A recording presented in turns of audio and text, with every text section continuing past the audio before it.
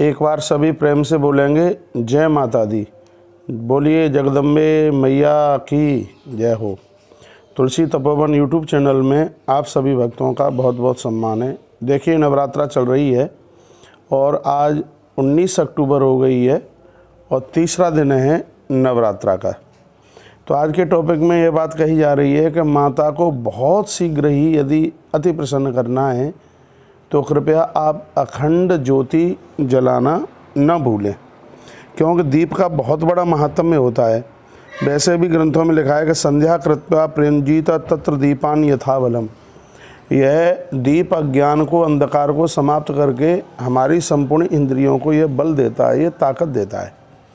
तो आप माँ के लिए 3 प्रकार की जोत जला सकते हैं। घी की जोत जला सकते हैं जिससे इष्ट की प्राप्ति होगी, सरसों के तेल की जोत जला सकते हैं जिससे रोगों का नाश होगा, और तिल के तेल की जोत जला सकते हैं जिससे गरीबी दूर होगी। तो माँ के दरबार में तीनों प्रकार की आप जोत जला सकते हैं। इसमें आप मोली की बत्ती बनाइए, बढ़िया पीतल की आप जोत लीजिए, अखंड जोत जिसमें जलाने के लिए मैं बात कर रहा हूँ। और भले ही आपके 2 दिन निकल गए हैं, आज से ही आप माँ भवानी के दरबार में, मंदिर में, जहाँ घर में आपने स्थापना की है, वहाँ उस जगह पे नीचे थोड़े गेहूँ रखिए या चावल रखिए और उसके ऊपर यह दीपक जला करके आप रखिए।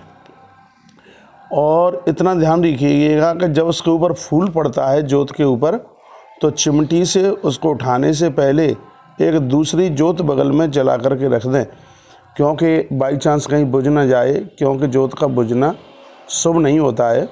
और जब आप उसको संभालते हैं यदि बुझ भी जाती है तो आपने जो दूसरी जोत जलाई है उससे फिर उसको आप जला दीजिएगा। ग्रंथों में जोत के लिए ये वर्णन किया गया है कि ये बिल्कुल कर्म साक्षी देव है।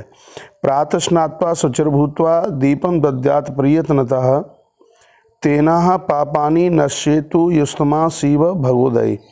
ग्रंथ में लिखा हुआ है कि प्रातः स्नान करके जब आप ज्योत को छूते हैं, उसका दर्शन करते हैं, तेन पापानि नश्यन्तु, कितने भी पाप हैं वो सब जल करके राख हो जाते हैं। आजन्म्यः कृतं पापम स्त्रिया व पुरुषेण चाहे स्त्री हो और चाहे पुरुष हो, दिया जलाने से संपूर्ण पाप जल करके राख हो जाते हैं।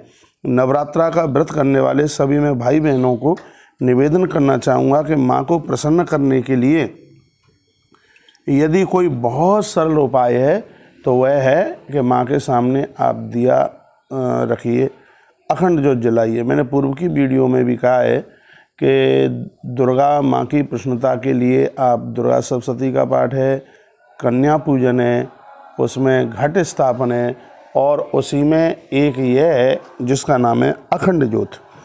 तो ये 25 तारीख तक जो आप ये अखंड ज्योत जलाएंगे, आप देखेंगे कि इसका कितना बड़ा प्रभाव आपके घर में, आपके परिवार में होगा।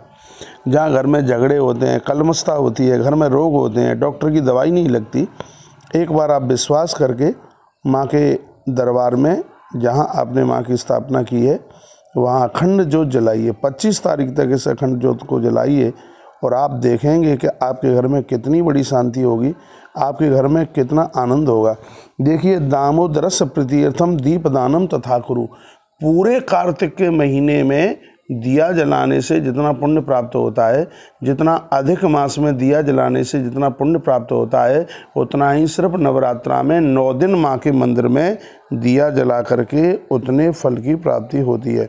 एक बात मैं और निवेदन करना चाहूँगा, चाहे ऐसी माताएं जिनका पति नहीं है और चाहे ऐसी माताएं जो सधवाएं जिनका पति है, ये पूजा करने का, दिया जलाने के लिए दोनों के पास अधिकार है। मैं निवेदन कर देता हूँ, पुराण की बात कह देता हूँ, विधवानाम व्रतमिदम सधवानाम तथैव च।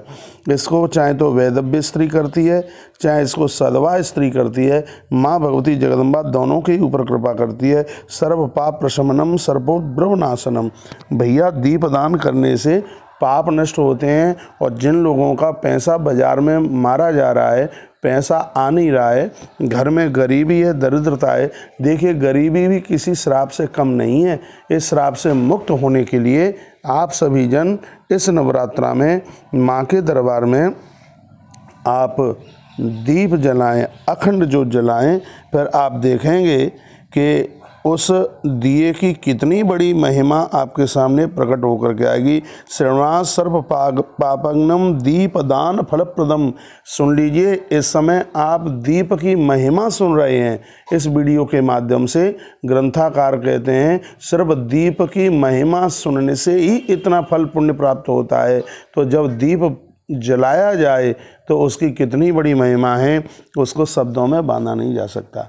इसलिए सभी मैं माता रानी के भक्तों को एक बार पुनः निवेदन करता हूँ, भले ही पिछले ये 2 दिन निकल गए हैं, आज से आप अखंड दीपक जलाइए और इसको 25 तारीख तक जलने रहने दीजिएगा। और जब भी आप जोत को ऊपर बढ़ाते हैं, तो यदि आप मल विसर्जन के लिए गए हैं तो स्नान कीजिए, बाथरूम के लिए गए हैं तो हाथ पांव धो करके और शुद्ध हो करके ही आप दिए को छुएंगे। तो आप सब दीपक ज़रूर जलाइए। आज की वीडियो में इतना सा ही है और मुझे विश्वास है कि इन कही गई बातों से आप ज़रूर लाभान्वित होंगे। यह है तुलसी तपोवन यूट्यूब चैनल आप सभी के लिए एक सनातन प्रक्रिया को आगे पहुंचाने के लिए बड़ा कटिबद्ध है। और आज की वीडियो आपको ये ठीक लगी है तो इसको लाइक भी कीजिए, इसको शेयर भी कीजिए। जो नए भक्त लोग हैं जिन्होंने अभी तक चैनल को सब्सक्राइब नहीं किया है, कृपया वह चैनल को सब्सक्राइब जरूर करें। कल सुबह फिर मैं आपके बीच में एक बड़ी सुंदर जानकारी लेकर के आता हूँ कि नवरात्रा में माँ को प्रसन्न करने के लिए कितने वर्ष की बेटी का पूजन करना चाहिए और उस कन्या पूजन की कितनी बड़ी महिमा है अपने आप में। अब मुझे इजाज़त दीजिए इन्हीं शब्दों के साथ। जय श्री कृष्णा, जय श्री राम, जय गौ माता, जय राधे श्याम।